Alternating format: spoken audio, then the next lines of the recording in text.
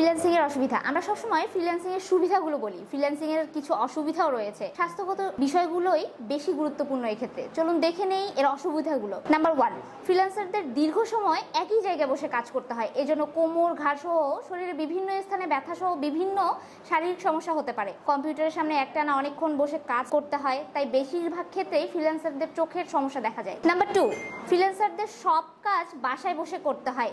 এর ফলে একাকিত্বের মাধ্যমে মানুষ অবসাদগ্রস্ত হয়ে যায়, যেটি পরবর্তীতে বড় রূপ ধারণ করতে পারে। নাম্বার 3, প্রায়শই ঘুমের নানা রকম সমস্যার সম্মুখীন হন ফ্রিল্যান্সাররা, কারণ দেখা যায় আমাদের দেশের যখন রাত, ক্লায়েন্টের দেশে তখন দিন। নাম্বার 4, বাইরে তেমন বের না হওয়ার কারণে রোদের স্পর্শ পায় না তেমন এই পেশার লোকজন। এক্ষেত্রে ভিটামিন ডি এর অভাব হওয়াটা ব্যতিক্রম কিছু না। নাম্বার 5, পাশাপাশি সবসময় ফ্রিল্যান্সারদের ইনকাম সমান থাকে না, তাই মানি ম্যানেজমেন্ট না জানা থাকলে অনেক সমস্যা আপনাকে ফেস করতে হবে। ধন্যবাদ।